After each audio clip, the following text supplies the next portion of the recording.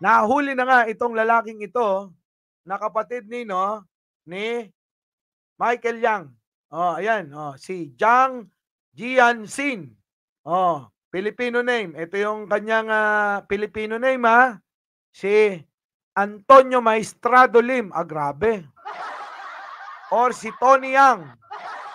Kapatid to, breaking news, kapatid ni dating presidential advisor, tropa ni Digong, mga kababayan. Tropa ni Digong ito.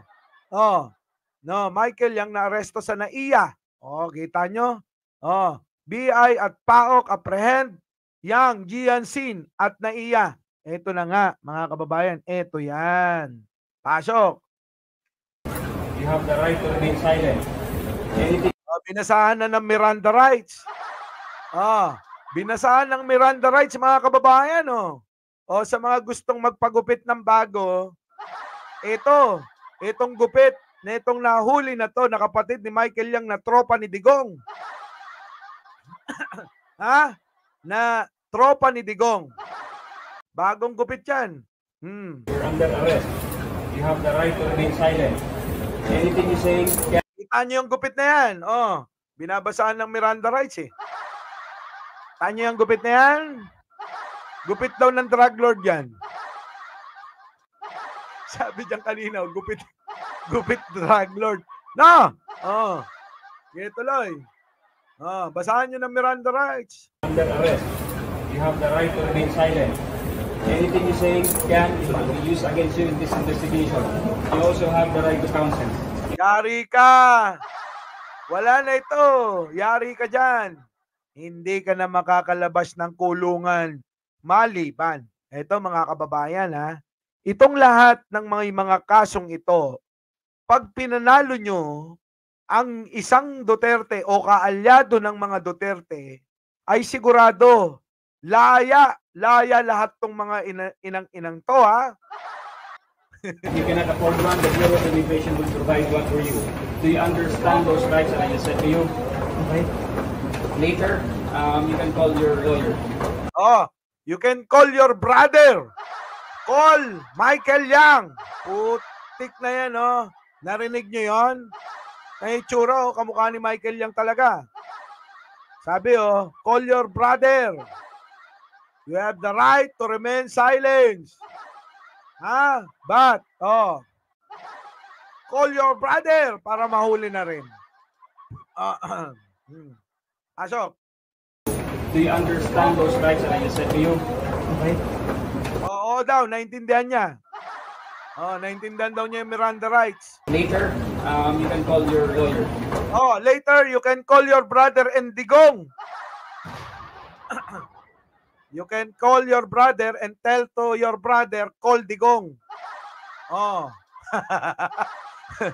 Putik na yan, Dapat diretso na kay Digong. Or call Vice President Sara Duterte.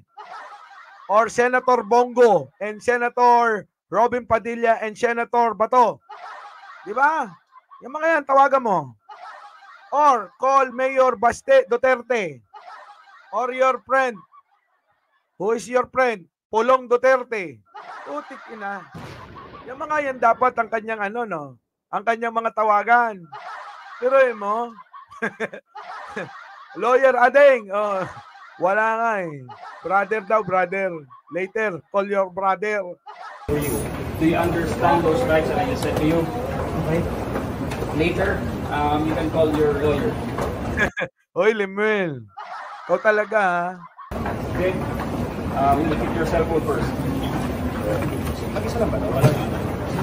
Wala kang kasama? Wala kang kasama? Baka may kasama ka. Baka may kasama kang bebot,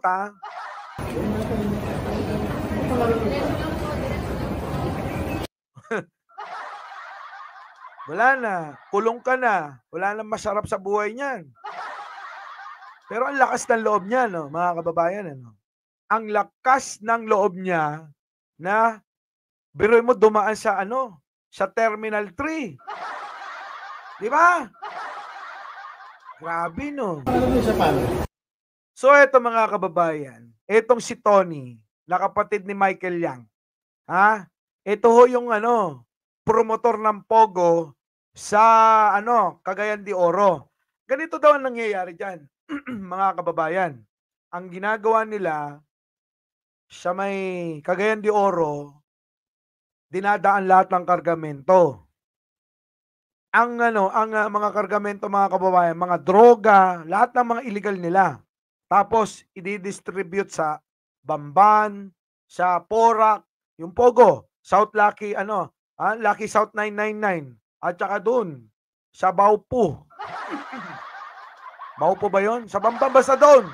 Sa Bamban, malamang, mga kababayan. So yun ang system nila. Lahat ng illegal doon sa sa lahat pararaanin sa Cagayan de Oro. Tapos dadaling ngayon dito. Saan? Sa Bamban at saka sa Porac.